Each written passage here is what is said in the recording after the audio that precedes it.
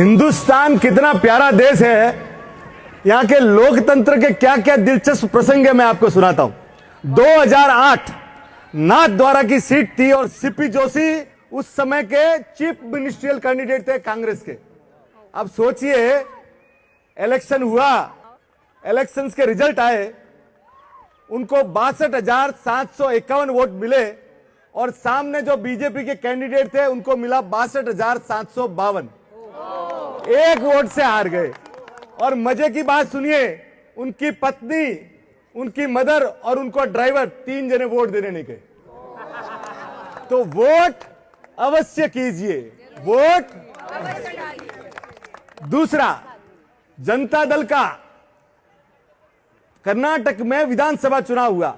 एक तरफ जनता दल एस से सूर्य कुमार थे, उनके सामने थे उरुगेन जो कांग्रेस के कैंडिडेट। सूर्य कुमार को वोट मिले 40,751 और उनके कांग्रेस के कैंडिडेट को मिला 40,752। एक वोट। उन्होंने अपने ड्राइवर को रोक दिया कि तू गाड़ी संभाल, और उनकी गाड़ी संभल गई। सोचिए एक आदमी क्या कर सकता है। तीसरा, अपने बंबई में 220 नंबर वार्ड, एक तरफ शिवसेना के कैंडिडेट थे, एक तरफ भाजपा के अतुल शाह। अब सोचिए, सुरेंद्र जी बगलकर जो शिवसेना के कैंडिडेट थे उनको निर्वाचित घोषित कर दिया गया। फिर बोले अतुल शाह गए कि भाई हमारे को काउंटिंग रिकाउंट कराना है। रिकाउंटिंग हुई, आप ताज्जुब करेंगे, दोनों के वोट आए 5,946। सेम वोट आया नहीं और लॉटरी से अतुल शाह को जिताया गया। तीसरा, आपका एक वोट क्या करता है। 1917 दुनिया के सबसे महानतम पुरुषों में से एक सरदार पटेल एक वोट से म्युनिसिपल कॉर्पोरेशन का वोट हार गए थे, सिंगल वोट। और सबसे बड़ी बात, वाजपेयी जी की 1998 की जो गवर्नमेंट गई थी ना, वो भी एक वोट से गई थी। और हजारों करोड़ रुपया खर्च करने के बाद 1999 में सिर्फ एक वोट के कारण वापस गवर्नमेंट लानी पड़ी थी। तो वोट आप करते रहिए, आपकी जहां इच्छा हो, जहां मन हो, जिसको करना हो करो, पर वोट। ये आलस मत रखो कि मैं नीचे नहीं उतरूंगा, अभी ईवीएम मशीन आपके घर पे तो आएगी नहीं। अब आप ये सोचिए, अपने यहां आलस नहीं है, फॉरेन में भी आलस है। 1875 में फ्रांस में राजाशाही थी, हजारों साल से रॉयल्टी चल रही थी।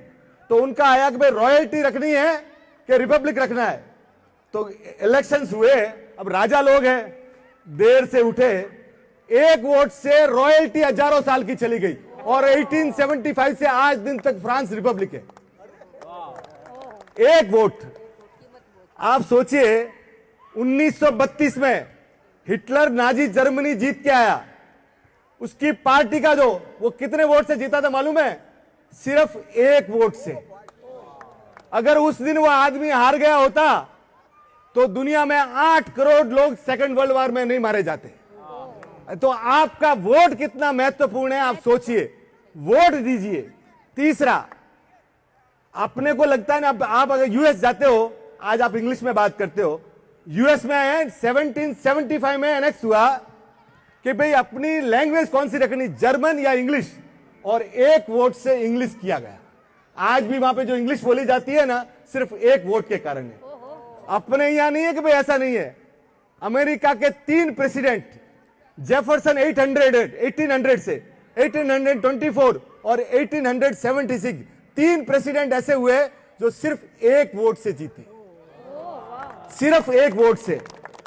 आप अंदाजा लगाइए, दो आपको अभी जो लेटेस्ट में हुए थे, JF कैनेडी और George W Bush, presidential system, करोड़ों वोट पड़े और 200-500 वोट से ये दोनों जीते थे। तो बॉस, आप जहां भी है, आप जहां भी रहते हैं, आपका जहां मन है, देश का लोकतंत्र इतना बढ़िया है, आपको जहां आवे वहां वोट दो, पर वोट दो, वोट दीजिए। ये जो देश है ना, इतना प्यारा देश है। और चुनाव आयोग आपको कितना महत्वपूर्ण मानता है, आप मानते हो कि नहीं मानते? एक बापू रहता है जंगल में, कहां पे, गिर के, उस अकेले आदमी के लिए वहां पे इलेक्शन कमीशन बूथ लगाता है और वो अकेला आदमी 70 साल हो गए, वो आके वोट देता है। उसको 100% पोलिंग बोलते हैं अपने। अब सोचिए, तो चुनाव आयोग तो आपको बहुत महत्वपूर्ण आदमी मानता है, आप अपने आप को महत्वपूर्ण आदमी मानते हो कि नहीं मानते हो, आप चेक करो। इसलिए वोट देने जाया करो बॉस, घर पे बैठो मत और बाद में कोसोगे कि इसने ऐसा किया नहीं। आप अपनी रेस्पॉन्सिबिलिटी है कि वोट दो। Thank you sir.